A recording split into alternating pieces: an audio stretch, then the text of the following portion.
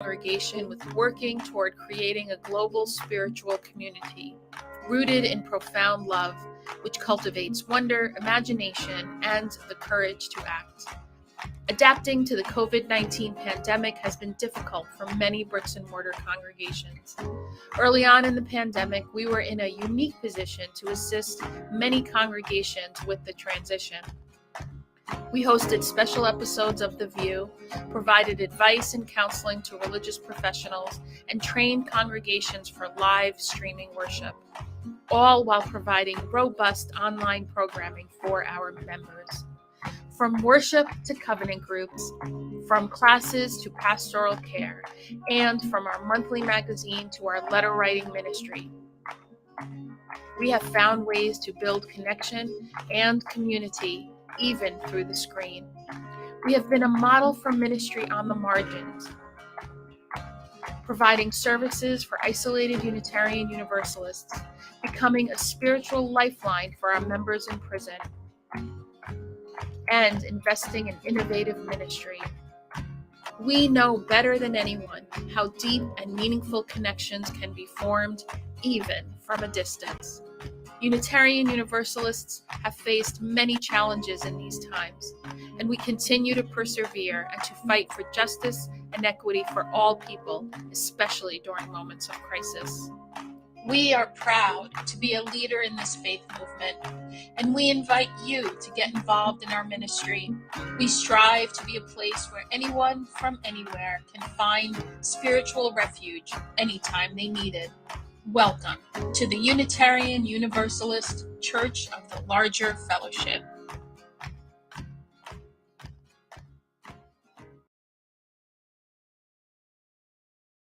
We are so excited to bring you an all-new episode of The View. The View is a weekly Unitarian Universalist talk show discussing important faith-based topics from an anti-racist, anti-oppressive, and multicultural perspective. Every Thursday for the past 7 years, we have welcomed guests from every corner of the world. Our guests are writers, scholars, activists, and religious thought leaders who are shaping Unitarian Universalism and society for the 21st century and beyond. I hope today's show inspires you. Hope it builds your faith. Hope it gives you perspective to see the power of Unitarian Universalism at work in your life. Enjoy the message.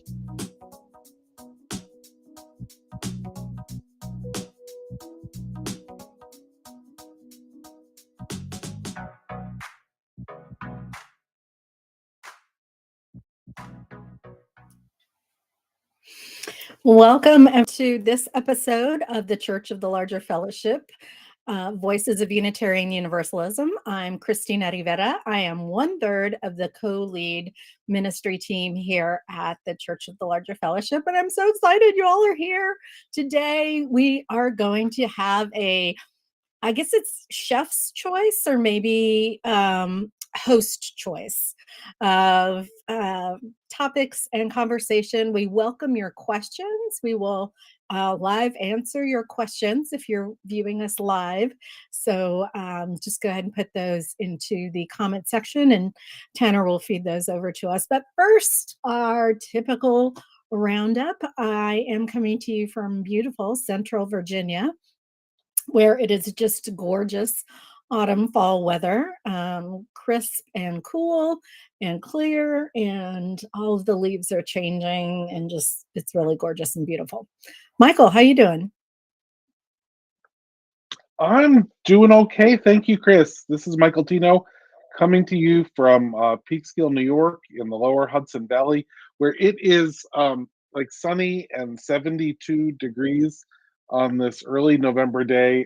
It was a cool morning, but it's not even fall cold out today. It is a glorious and perfect day to go out and cast your early votes here in New York, because early voting is open in New York as it is in many states, and we'll talk about voting sometime later in our host choice tasting menu episode here. DC Fortune, how are you? Hey, here we go. There we go. Ha! I'm here. I'm being outsmarted by my computer this morning. I am well. I am DC Fortune. I am coming to you from the glorious sunshine of the Susquehanna Valley of central Pennsylvania, where I look out my window and on my way to work every day, and I see it's like I live in a picture postcard world of red barns and farming fields and Amish guys plowing fields with teams of horses, and it's just idyllic, I swear. And it's not 70 here. It's like 59. But for me, that's actually pretty wonderful. But yeah, it's a great day, and I'm looking forward to the shall we call this the host's flight of ideas. And now Aisha is back with us. Yay, Aisha, with the technology stuff. Why don't you tell us how you're doing?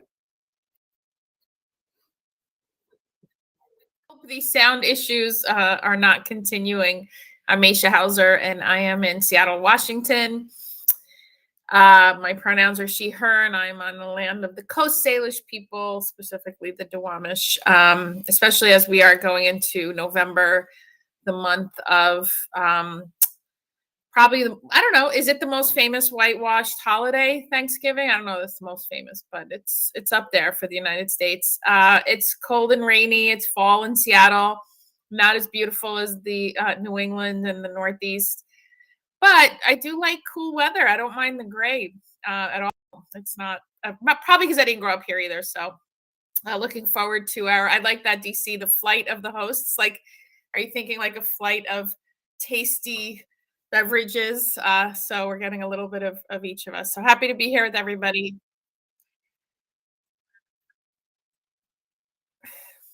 Yeah. Yeah. All right. There we are. Very cool. It's like we're a charcuterie platter of topics today. We've got hosts of you. I'm sure there's a religious host communion joke in there somewhere that I'm not going to make.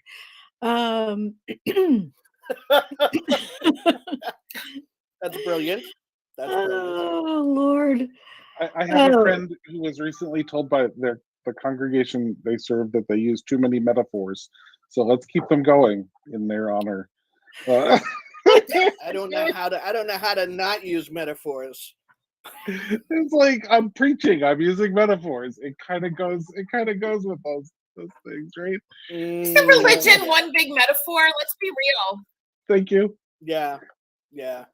Although I have to say, when I did my internship in at the northern edge of Silicon Valley, preaching to computer engineers, metaphors are really hard for them because their brains just are not wired for it. It was interesting at first. We worked it out, but oh boy.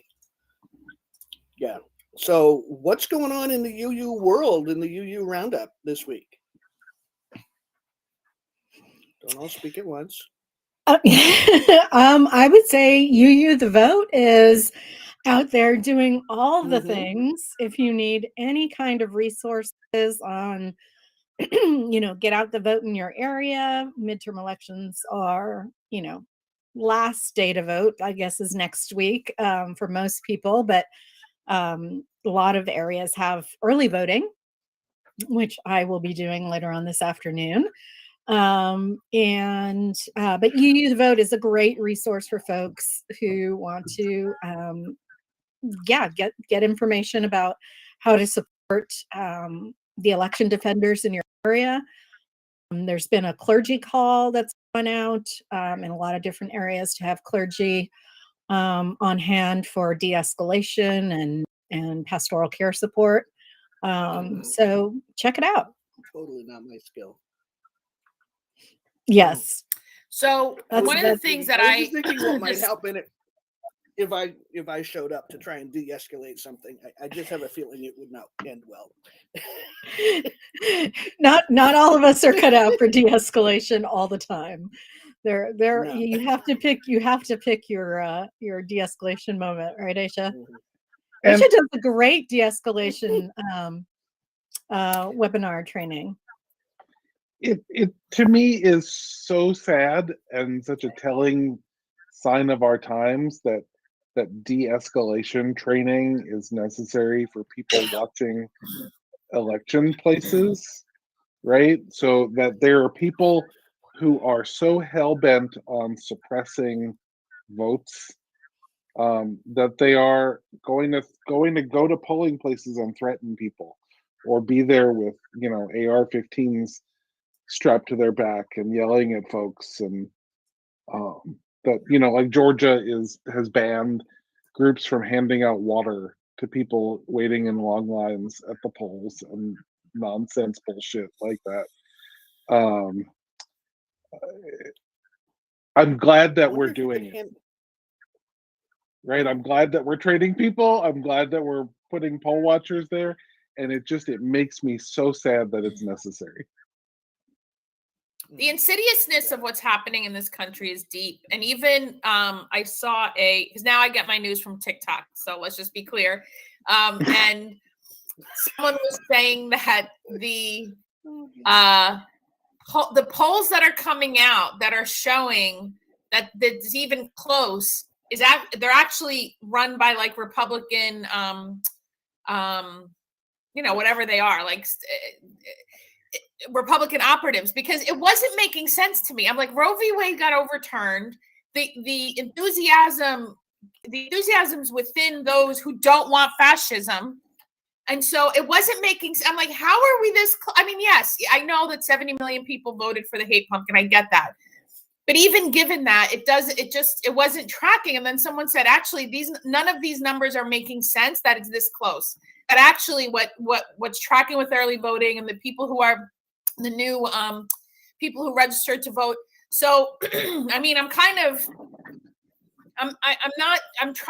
not be in a state of panic of how bad this could be if genuinely what happened in Georgia to Stacey Abrams the first time around is that election was stolen from her.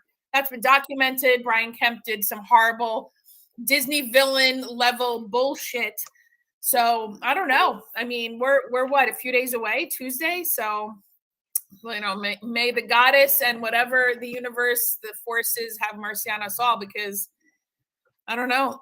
This could be, maybe we could vote ourselves out of fascism. I'm hoping.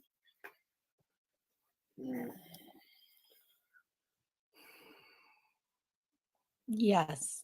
We would like that. Yeah, well, when someone doesn't have the momentum at the polls, what they're trying to do is like depress people, right? And make it seem hopeless.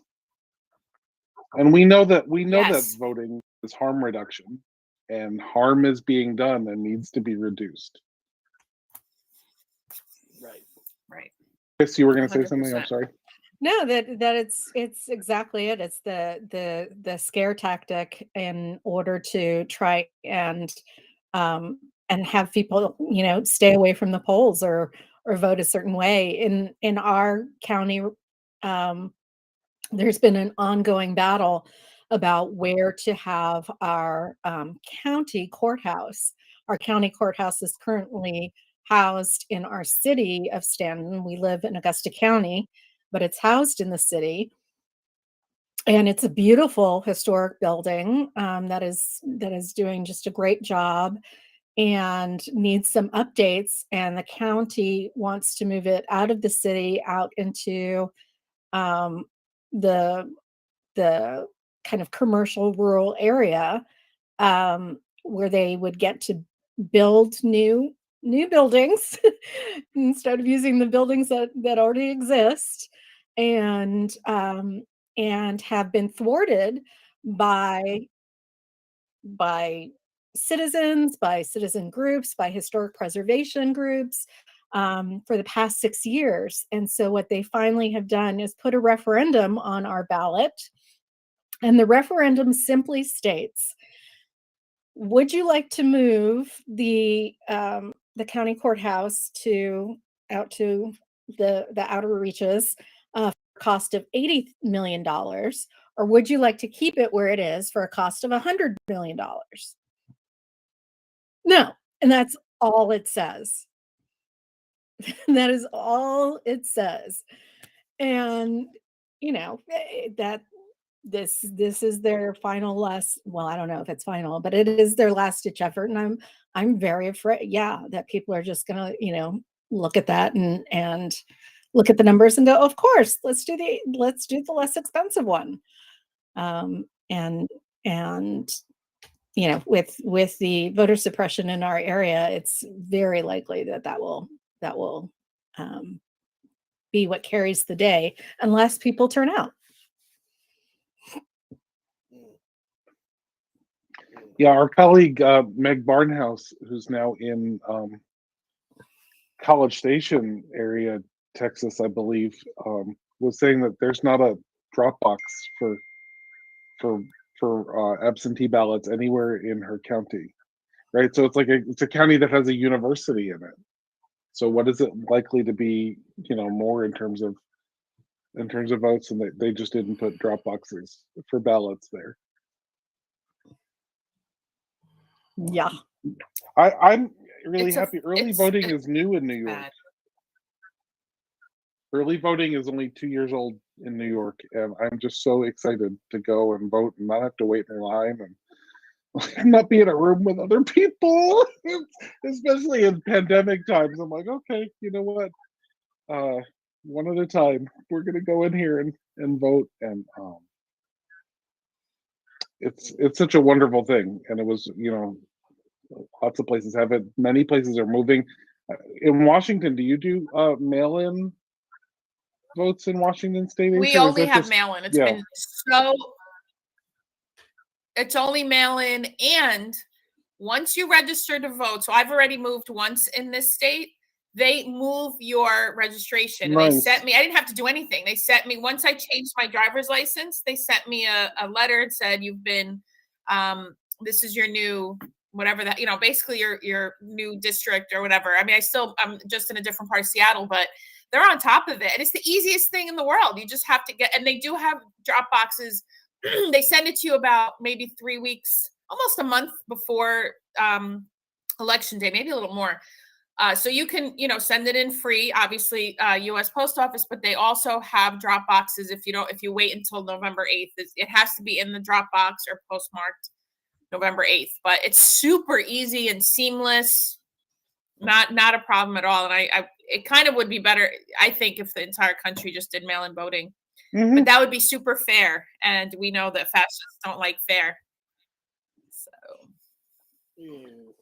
Well, yeah, we saw problematic the video. I think it was a TikTok video of a woman in was it Washington or Alaska? I cannot remember, who was trying to mail their mail-in ballot, and the postal worker said that they were Washington, that they were allowed to refuse service to anyone, and so they were choosing her. Happened to be out queer woman, and they were choosing her as someone that they were going to refuse service to be able to mail her absentee ballot. They're allowed to refuse service to postal customers? Yeah, evidently the U.S. Postal Service? Right? Right? I mean, she's literally standing outside the building that says U.S. Postal Service. Yeah. Yeah. Why couldn't she just drop it in? Well, I mean, okay, they're being dicks, and she should be able to drop it in a mailbox anywhere. One would think she was voting out of state, so I don't know if her state that she was voting towards had some kind of requirement, and she was trying to meet that requirement in order to post her absentee ballot. But certainly she was pretty clear that she was not able to do what she needed to do in order to vote. Because what's his nuts is still in charge there. They haven't managed to get rid of that guy. Well, and I think the Postmaster General, Joy. Yeah. Am I wrong? Yeah, no, Joy, the Postmaster General. Mm-hmm. Yeah. He's still there. How and why they haven't got? I don't understand how. Because Republicans in the Senate are blocking appointments to the postal board that could fire him? Of course they are. Okay, now Fucking assholes. Now I understand.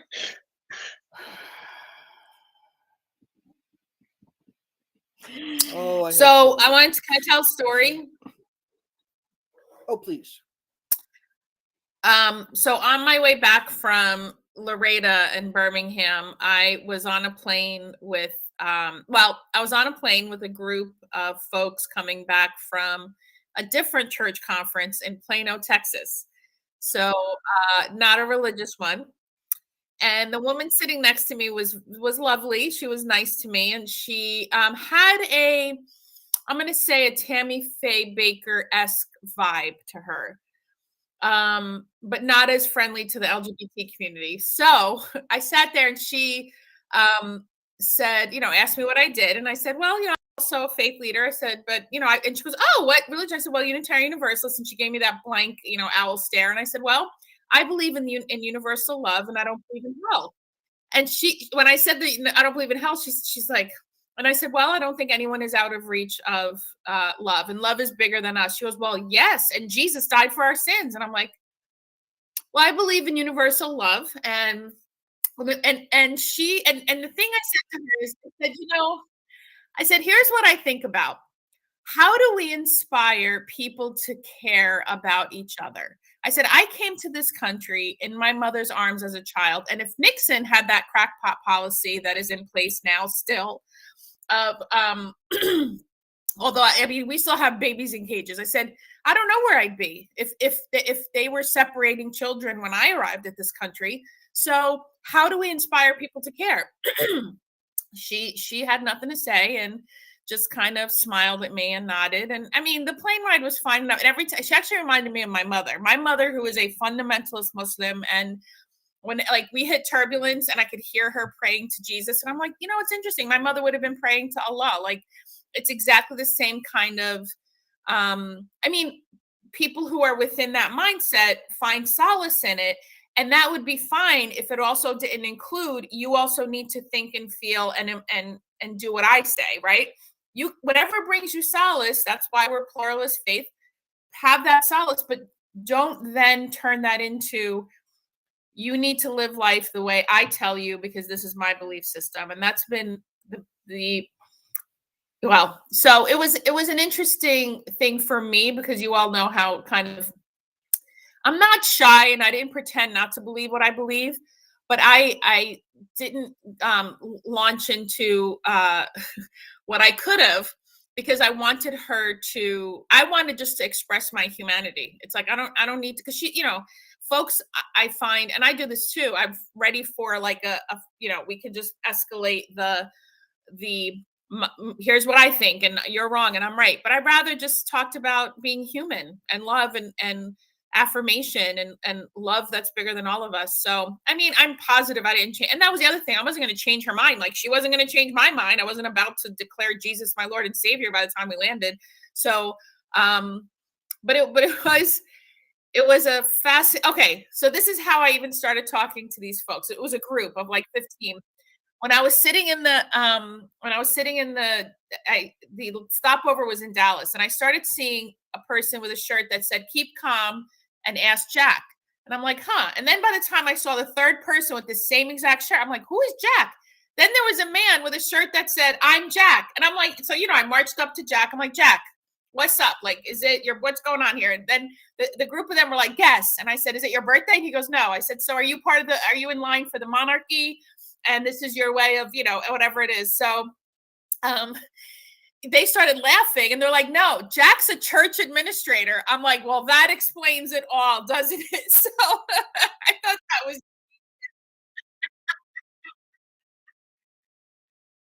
Jack is a church. And that's when I found out. They're like, oh, there's 15 of us. We went to a church conference in Plano, Texas. So anyway, and then one of the group, the pastor's wife sat next to me. And anyway, so that's my story. It was a very, although the keep calm and ask Jack was very funny. And I'm Jack. It was just a very cute thing. And here we are. So that's my story of just trying to kind of for myself, I always ask myself, am I going to fight with folks or not? It reminds me of an occurrence that just happened with a young adult that I know, who was invited to a Bible study from a young adult from an evangelical church nearby, and the young adult said, "Yes, I'd love to do a Bible study. That sounds really interesting." And so they went together to do this Bible study, and the youth affirmed that the Bible is a wonderful piece of literature, and that it has lots of great stories to tell us and talk about ways of living, and was further able to talk about the folks who were even the evangelical Christians were like, yes, but we have Jesus and he died for our sins and that kind of thing, and this young person was able to say, well, but like the figure of a martyr, of how much are you willing to give up for liberation? Like, what is your line? Like, to be able to have that conversation as, coming from the Bible, as the biblical text, that to me is the conversation that we take away from that, of, how far are we willing to sacrifice in order for everybody to be liberated? Where is that line for all of us as individuals, and how do we name that? Like, it's through our engagement with one another in religious community that we figure that out, right? That we figure that out for ourselves, that we figure out for ourselves, what is it that I am uniquely here for, in order to make sure that everybody gets free.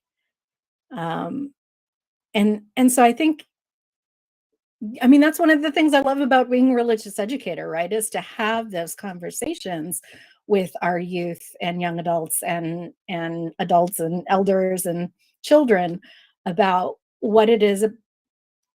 Our faith doesn't say, here's what you have to do.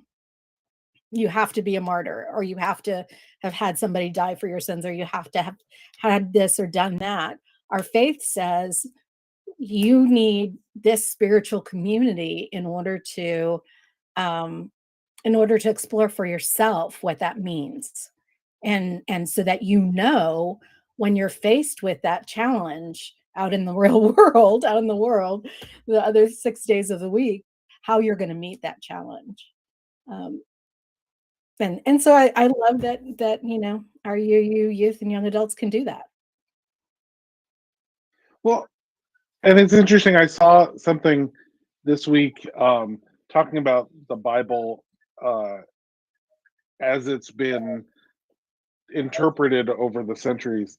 And, if you look in, say, the Sermon on the Mount, which is, one of Jesus's most famous sermons, as transcribed by the followers who were there and edited over the years, it's all about what to do, right? It's all about how to live your life. That's right. How to treat other people, how to treat the poor, what it is we have to do to build a beloved community on this earth right now. And make everybody lunch. Yeah. And then if you look at Christianity, once it was co-opted by empire, once it became the religion of empire, the teachings all became what you have to believe and not what you have to do. Right. And it's such a stark and interesting contrast. Like, are we fretting about what it is that we have to believe in order to be righteous, or should we be focusing on the instructions that are really clear about what it is we have to do to be righteous? And it's why people leave religion. Like, if you, here's the thing, when okay, I will speak for myself. So being told what to believe, and then watching the adults around me, especially when I was a kid and I was a teenager, be complete hypocrites. And I'm like, if you all believe in basically like this deity in the sky that's keeping track of the minutia of our lives, you don't think that he's seeing you be an asshole, drink alcohol, fornicate, which I don't give a shit about any of that stuff, but I don't say that I believe it's going to send me to eternal damnation, which I don't believe in. So that's where the Christian deconstructionists are losing their shit right now. It's a huge ass movement where not only are people leaving evangelical Christianity, but they're being outspoken. I follow a lot of folks on social media who are deconstructing, and it's super interesting how and these are folks that know the Bible and, have dug deep, right? And it's the hypocrisy of saying what we're supposed to believe, and somehow that's going to be a free pass for some eternal life. And it just doesn't add up. And it also, I have so many things. And the fact that we are not only not caring about each other as humans and Christians, especially the evangelical fascist movement here in the United States, we're not caring about surviving and helping the planet. One of the things that's true, and I may have said this before on The View, but it bears repeating. Before colonization, what's the estimate? 12,000, 14,000 years indigenous people lived in North, Central, South America, in the Americas, in harmony with the planet. In less than 1,000 years, less than 1,000 years, violent extractive capitalism has brought us to the point where climate catastrophe is here. It is now, the language of activism is about mitigation now. It is no longer can we make it so we stop climate catastrophe. When I think about it, I get like anxious. So I try to stay in yes, climate catastrophe is here. How do we reduce harm? How do we mitigate? But that's something people cannot make any mistakes about. I just heard last night, I was at a dinner with a few UUs in West Seattle, and they were talking about how the Mississippi River, parts of it's dried up, and there are barges with food on it that can't go to food from like wheat and from agriculture. And we're underestimating how that disruptive that will be. And it is already, right?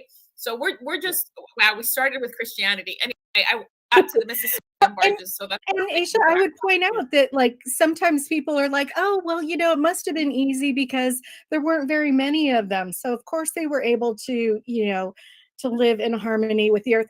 There were fucking millions of indigenous peoples on this continent. Let me say it again, millions of indigenous peoples on this continent who were finding a way to get it done without harming the environment, right? So let's be really clear that this isn't just like some, foo-foo, oh, wouldn't it be better kind of thing. No, we actively killed off the knowledge of how to do this, and we will have to relearn it in order to save ourselves.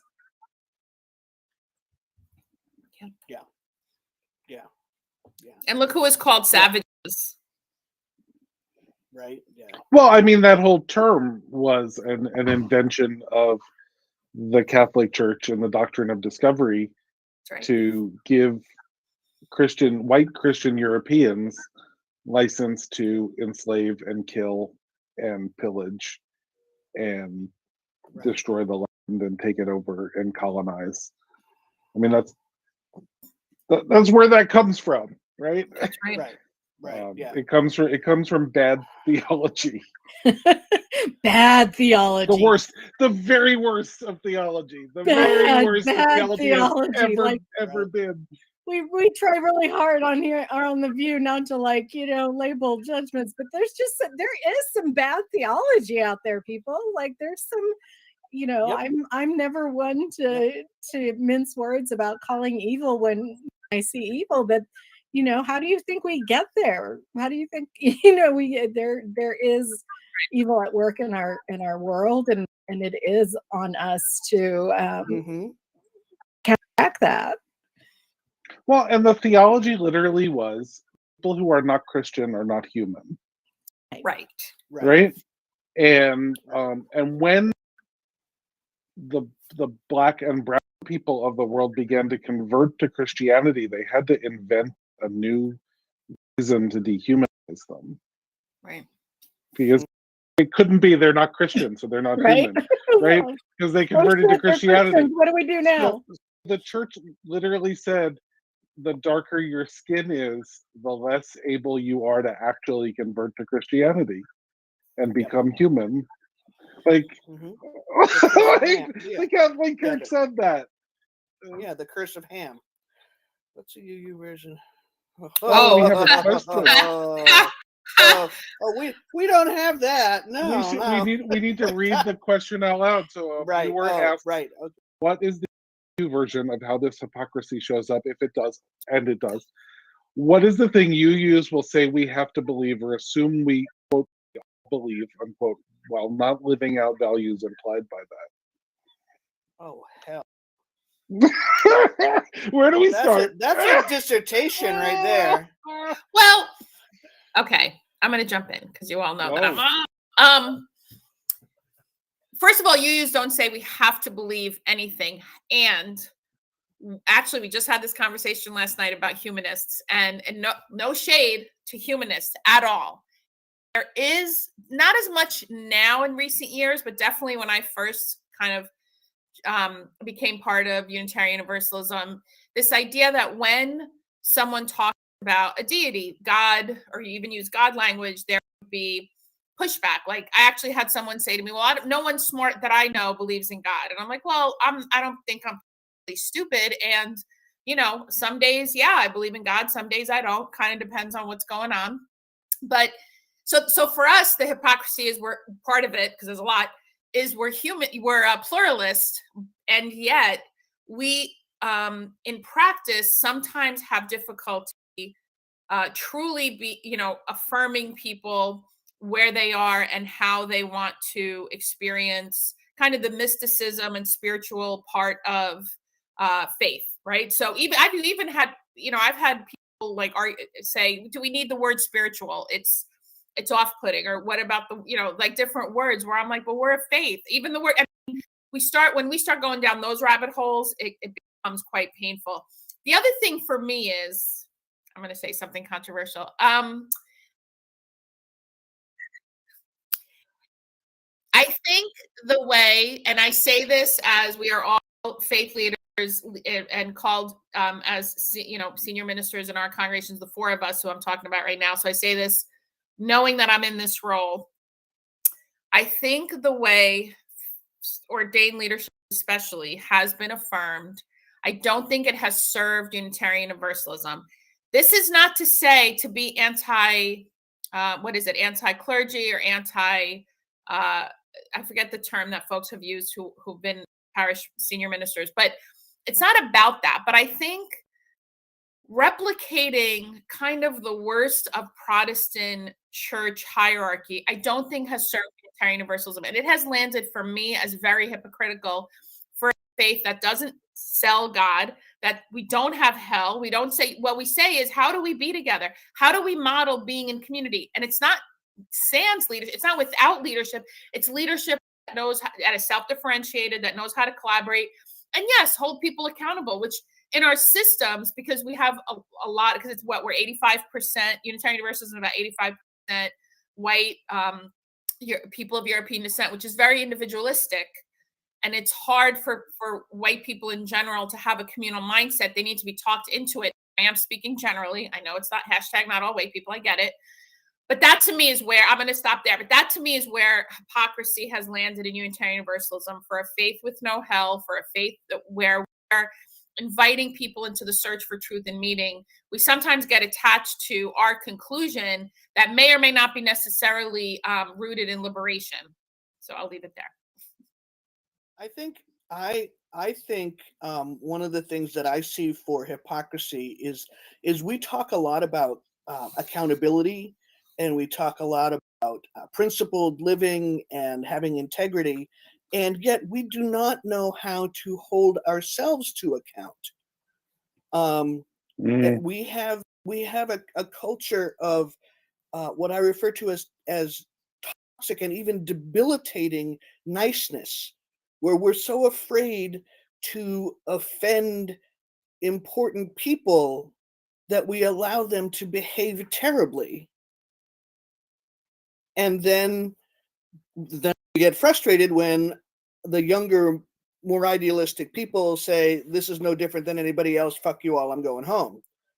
You know, I'm thinking like the textbook case would be Forrest Church, right? He was famous. He was a rock star. He led this huge church in New York City. He wrote amazing books, and he was a sexual misconductor who behaved horribly and was never called into account in any meaningful way.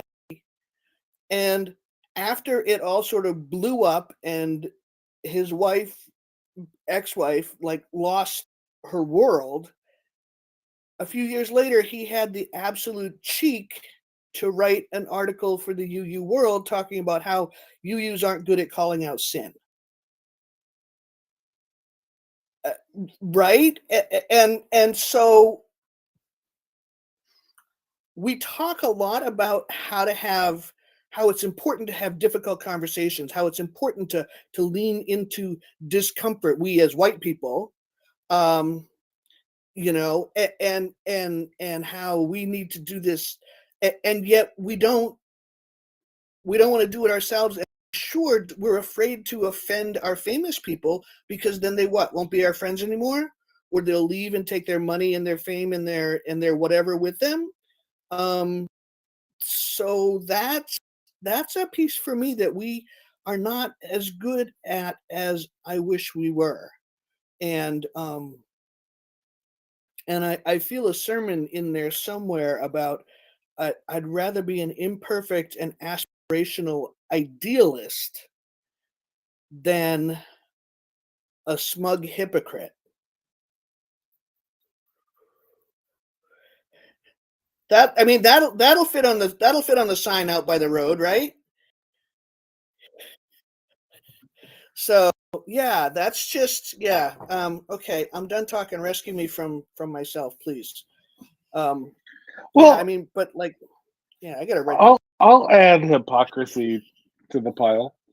You know, Okay. I think that we as Unitarian Universalists talk a lot about justice, right? Like it's the one word that currently exists in our principles twice. Justice and what that means. And many Unitarian Universalists and many Unitarian Universalist congregations, and the more layers of privilege that exist in individuals and congregations, the worse this gets. I'll just name that. Like to talk about that until it becomes a matter of them not being comfortable anymore. Right? So, you know, our, like, especially white folks prize their comfort, our comfort, maybe I'll say our comfort since I'm a white folk, our comfort over the actual living of the principles of justice. Right? So this is what Aisha was talking about with that woman on the plane. Like how much are you actually willing to sacrifice? Like, if all you're willing to do is write a check, you know, I mean, but movement. I can say I believe money, in justice. Is like I believe in Santa Jesus. Claus. Well, or I believe that Jesus is my savior, but I'm not willing to act for justice. Is the same as I'm not willing to do the things that Jesus instructed me to do. Exactly. So it's the same sort of hypocrisy. Yes. Yeah. Yes. And it goes back to that, you know, what are you willing to sacrifice? There is sacrifice that is being asked to be made. Like I don't want to. There was somebody on Facebook the other day saying, you know, I wish we could stop talking about sacrifice because people really, you know, that turns people off, and I, you know, I'm already. It's so sad. It's so sad. I'm like, wow. Okay.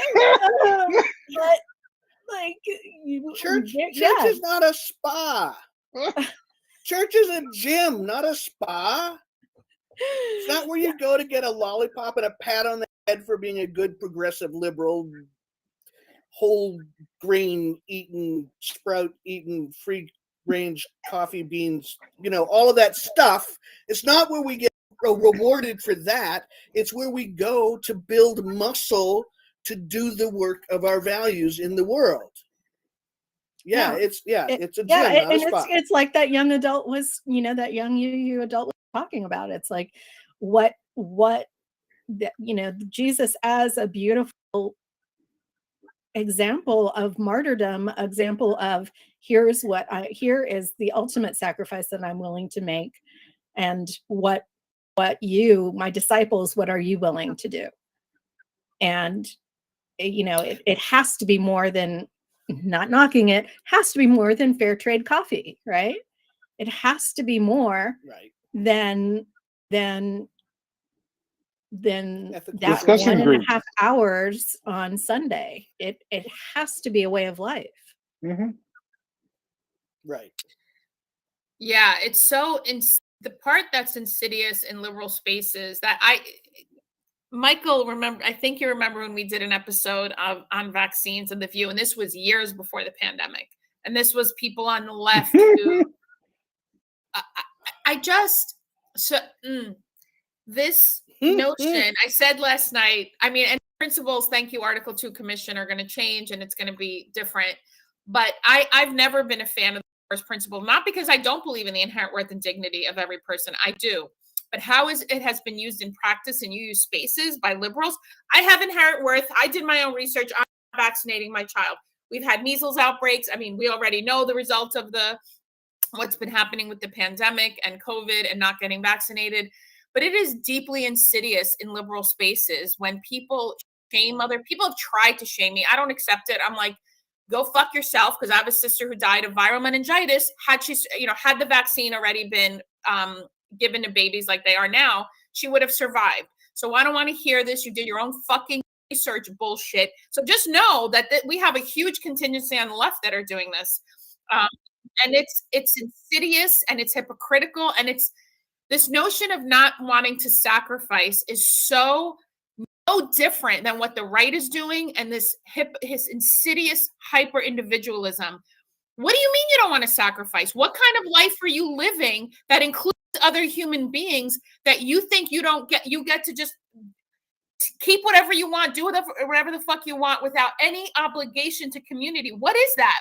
You don't want to talk about sacrifice? How about the people who sacrifice their lives just for existing and not being a cisgender, heterosexual white man and then second white woman? Like, give me a fucking break. Okay, I'm gonna They don't sacrifice makes them sad.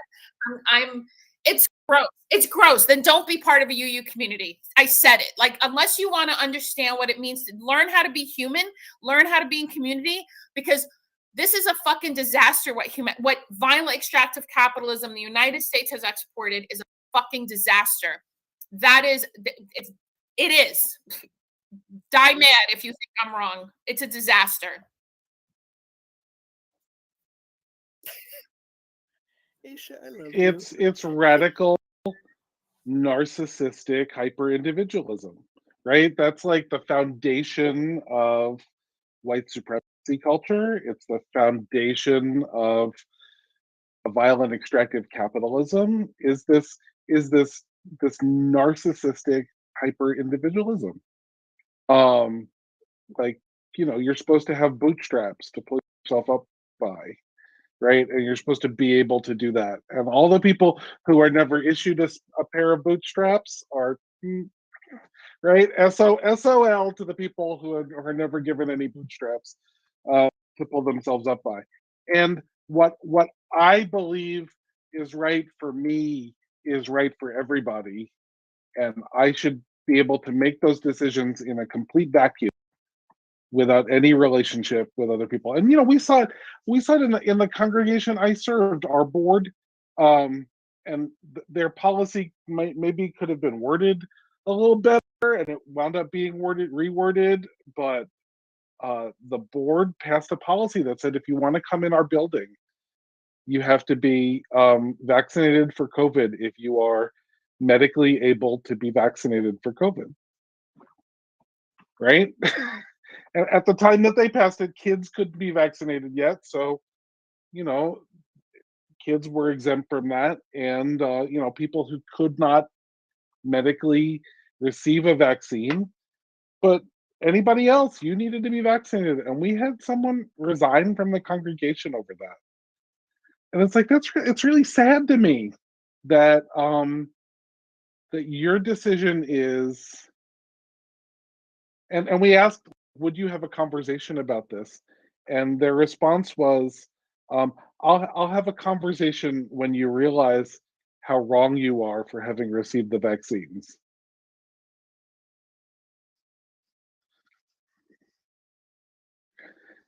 And it wasn't like, really, that's what you're going to wait for? Because 2 years later, what we're seeing is people who've received the vaccines are like 12 times less likely to be in the hospital when we get COVID. And yeah, like 25 times less likely to die and it's not like we don't get it. It's just we're not the people who are dying from it. Like you don't get to make up your own science. You don't get to pretend that this is an untested technology when it's something that has been tested for many years. It just hasn't produced an effective vaccine yet, even though it's gone through safety testing for decades.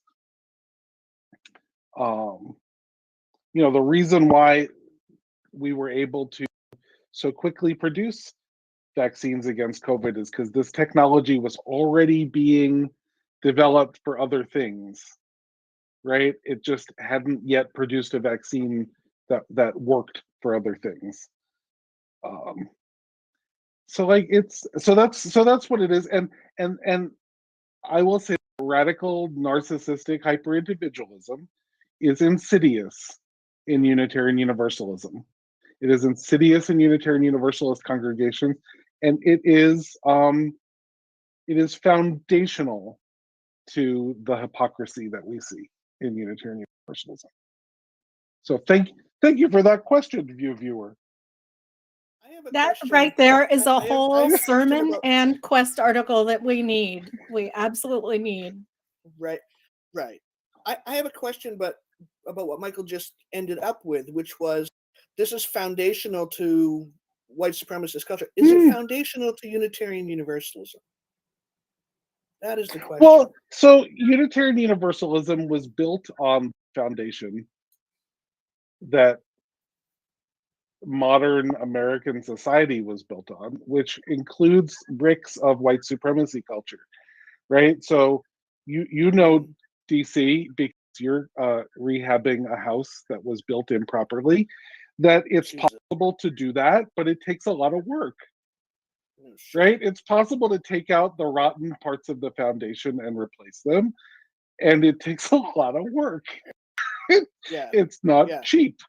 It's not easy. And so in that same metaphor, all right, so I've got this house. It's the only one I've got. I haven't got any money to burn it down and buy a new one, right? Yep. And I haven't got any money to hire a bunch of contractors to come in and fix it.